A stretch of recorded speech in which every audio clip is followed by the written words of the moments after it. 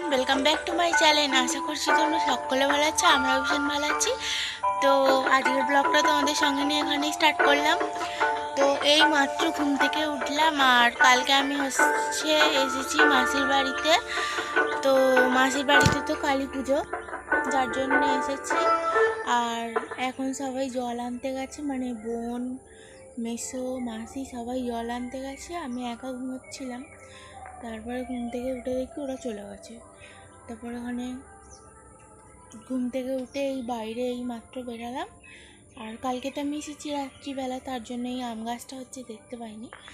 আর এখন তোমাদেরকে একটা জিনিস দেখাবো। তো এটা হচ্ছে, এই যে দেখো, শুধু এখানেই না, ওইদিকে আছে, দাঁড়িয়ে দেখাচ্ছি।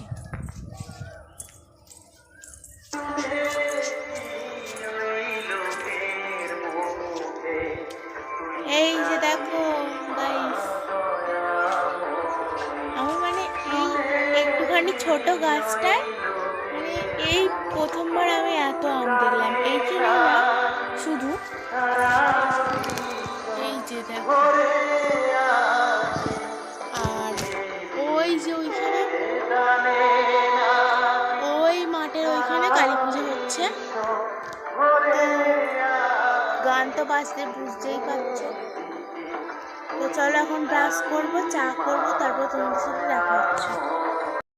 আমি তো ঘুম থেকে উঠে প্রথমেই এখানে আগে গাছপালাগুলো দেখতে এসেছিলাম, মানে বেশি করে আম গাছটা। তো তোমরা তো দেখতেই পেলে আম গাছে কত আম ধরেছে।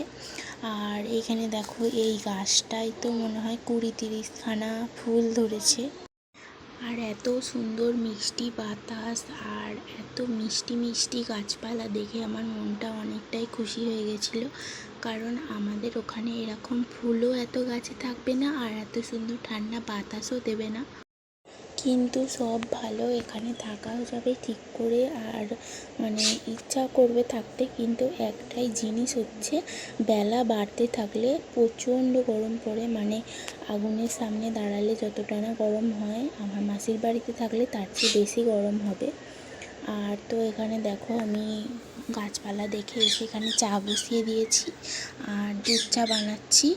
আর এখানে আমার গপু সোনাদের এবার ঘুম থেকে তুলবো। তো আমার সঙ্গে আমার গপু ভাইও এসেছে, আর ছোটোটা হচ্ছে আমার মাসিদের গপু, আর এখানে মাটির গপুটা হচ্ছে মাসিদেরই, মানে গোপাল।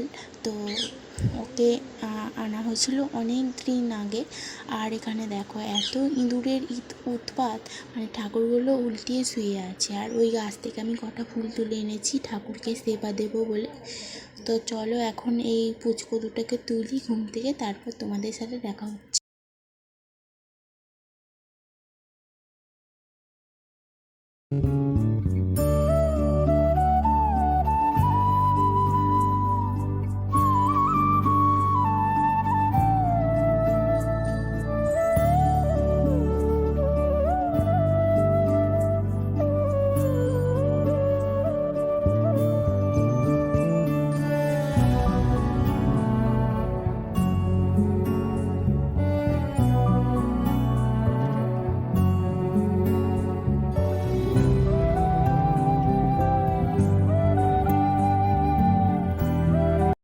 তোমরা তো দেখতেই পেলে আমি আমার গপু তিনটেকে এত সুন্দর করে সাজিয়ে দিয়েছি। একদম নতুন ফ্রেশ অ্যান্ড ক্লিন জামা পরিয়ে দিয়েছি, আর সুন্দর করে ঠাকুরগুলোকে সেবা দিয়েছি, অ্যান্ড খেতেও দিয়েছি। তো গাইস এখন চান হয়ে গেছে, এখন এই মাত্র চান করে পুজো টুজো করলাম। আর সকালে চা করে রেখেছিলাম, একবার খেয়েছি, আর বাকি চাটা খাচ্ছি। আর আমি হচ্ছে একাই এসেছি, মা বাবা দাদা ওরা সব বিকালে আসবে। তো আমি এখন একা বসে আছি। আর কখন ভাবছি যে মাসিরা কখন আসবে, মানে আমার ভালো লাগছে না একা থাকতে। তাও ফোনটা নিয়ে এসেছিলাম, দেখছি। তো আশা করছি তোমাদের আজকের ব্লগটা ভালো লাগবে। আর আমি এখানে বোনকে বলে রেখেছিলাম যে বোন তুই মানে জল আনতে গিয়ে আমার জন্য কিছু ভিডিও ক্লিপ করে রাখবি। তো আমি এটা ইউটিউবে দেবো। তো আমার কথা মতো ওই করে গাইস এখন এই দুপুরবেলা, আর আমাদের খাওয়া দাওয়া হয়ে গেছে। আর বাড়ি তো ওখানে, বাড়ি থেকে একটু দূরে এসে আমি আর আমার বোন মানে সবাই এখানে শুয়েছিল, চলে গেছে। আর আমি আর আমার বোন এখানে গাছতলার নিচে শুয়ে আছি, এই যে দেখো গাছ, আর শুয়ে আছি। আর বাড়িতে এত গরম, বাড়িতে থাকাই যাচ্ছে না, এখানে এসে বসে আছি। আর বোন বলছে যে এখানে টমেটো গাছ আছে, ওই যে ওইখানটা করে টমেটো গাছ আছে, এখানে চুরি করব টমেটো। তোমরা ভালো, আমরা একদম চোর। তো টমেটো চুরি করব, তোমাদেরকে দেখাচ্ছি আমরা কীভাবে টমেটো চুরি করব। গাইস, আবার ঘুমিয়ে পড়েছিলাম। তো ঘুম থেকে উঠে মুখটা এরকম টক টক লাগছিল, যার জন্য মাসিদের গাছে তো আম হয়েছে, ওই যে আমের গাছ। তো এখন একটা আম পেড়ে হচ্ছে খাচ্ছি। আর বোন এদিকে কলটা আনছে। তো চলো আম মাখাটা খাই, আর বোনকে জিজ্ঞেস করি যে কিরকম হয়েছে। নে বোন, কেমন হয়েছে বল আম মাখাটা? ভালোই হয়েছে, আমাদের কাছে আম ভালো হবে না মানে? তো গাইস, কার কার জিভে জল আসছে তোমাদের এই আম মাখাটা দেখে, তো কমেন্টে জানিও। আর একটু খা। না, খাবি না? ঠিক আছে, তাহলে আমায় দিয়ে দে, আমি সব খেয়ে নেবো। এখন আমরা যাচ্ছি আমার একটা বন্ধু বাড়ি। তো এই যে আমার দিদি আসছে আমার সঙ্গে।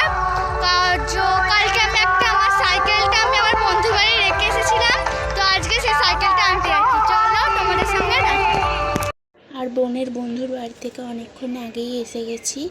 আর এখানে দেখো মাসি মেসোরা 5 বাড়ি হচ্ছে ভিক্ষা করে আনছে, মানে এই যে 5 বাড়ি ভিক্ষা করে আনছে, এই টাকাটা দিয়ে মায়ের কী সব জিনিসপত্র কেনা হবে মা কালীর। তো ওখান থেকে এখন আসছে, এখন হয়ে গেছে কাজটা।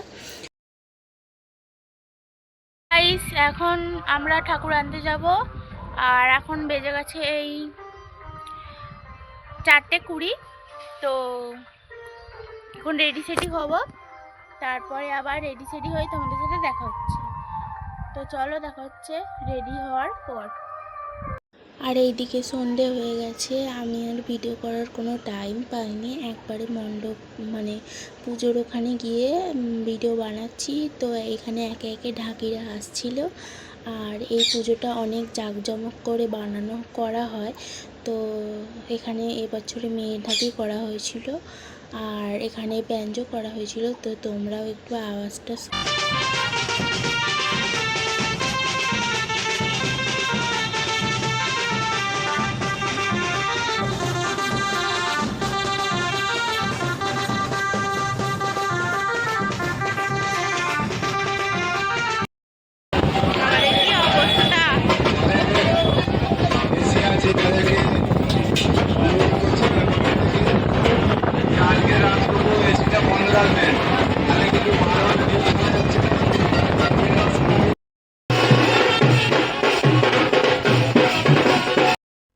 আর এই 15-16 মিনিটের ভিডিওয়ে আমি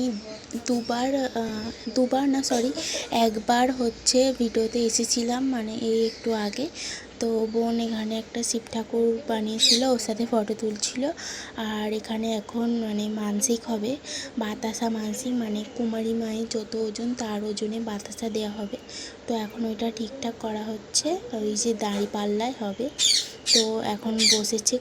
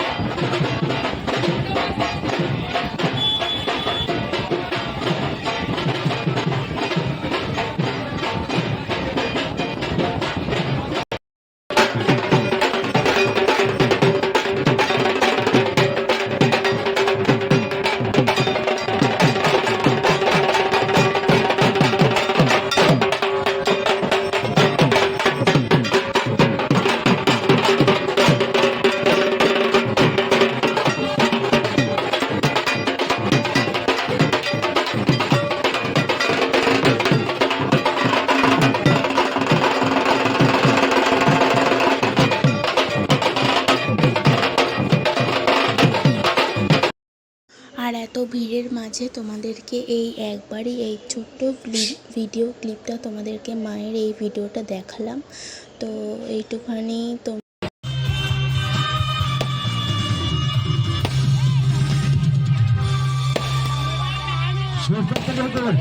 সবাই মিলে বেশ অঙ্কিতার জন্য আর আমার বিজিষা দেওয়ার জন্য সবাই মিলে কি ভালো লেগেছে তো নাকি? অনুষ্ঠান সবাই শুরু হয় সবাইকে দেখবো। তো চলুন বেশ অঙ্কিতার আরেকটি ইন্ট্রোডাকশন আমরা শুনবো, তাই তো নাকি? শুনবে তো? এখন সবাই আতশবাজির দিকে খেয়াল অবশ্যই, একটু আমরাও দেখে নেব।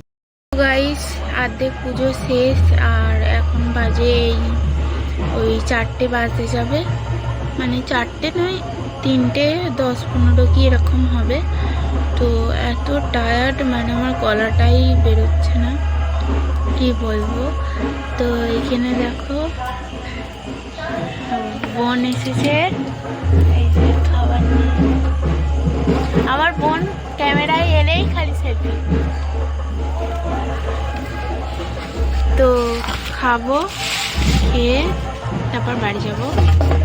তো দেখতে থাকো ব্লগটা।